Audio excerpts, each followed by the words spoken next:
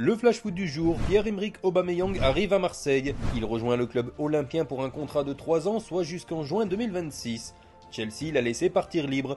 Malgré l'intérêt de plusieurs clubs saoudiens, le Gabonais a préféré le challenge marseillais avec, à la clé, une participation en Ligue des Champions. Selon le média La Provence, il devrait toucher un salaire entre 23 et 25 millions d'euros pendant les 3 saisons à venir. Le Gabonais est très motivé à l'idée de se relancer en France sous les ordres de Marcelino et de découvrir le Vélodrome sous la tunique marseillaise. Contre toute attente, le Real Madrid a dévoilé son nouveau maillot extérieur pour la saison à venir dans un avion. Cette création 2023-2024 se distingue notamment grâce au graphisme en ton sur ton présent au cœur de ce maillot. En effet, le graphisme fait référence au signe infini et a été intégré pour symboliser l'amour et le soutien inconditionnel que portent les fans du Real Madrid à l'encontre de leur club. Marco Verratti pourrait prochainement changer d'agent. Actuellement représenté par Rafaela Pimenta, le milieu de terrain aurait rencontré Maxwell, son ancien coéquipier au PSG. Le Brésilien souhaiterait se lancer dans une carrière d'agent de joueur et aurait commencé à sonder l'international italien selon Sportzone. Maxwell,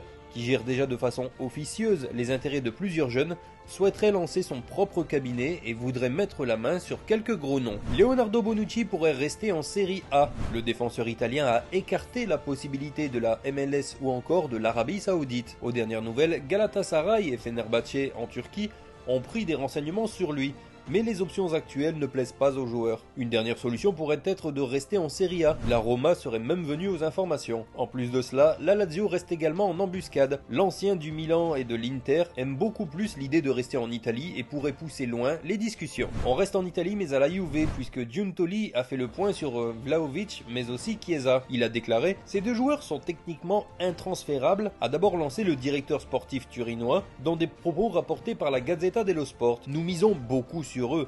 Mais si nous recevons des offres incroyables, il faudra s'asseoir autour d'une table et réfléchir car il faut penser au compte, a-t-il précisé. Vlahovic pourrait partir pour un montant de 80 millions d'euros et le quotidien italien évoque un prix inférieur d'environ 50 millions d'euros pour Chiesa. Après les déclarations de João Félix, l'Atlético Madrid est visiblement en colère contre lui. Mais le club de la capitale espagnole semble, malgré tout, prêt à laisser le Portugais rejoindre sa destination de rêve, le FC Barcelone. Selon la Cadena Copé, les dirigeants de l'Atlético n'étaient pas au courant que le jeune joueur de 23 ans allait aussi ouvertement révéler ses envies de départ. Et il considère que ce dernier a manqué de respect à son club. Malgré tout, l'Atlético ne serait pas opposé à laisser filer Félix au Barça.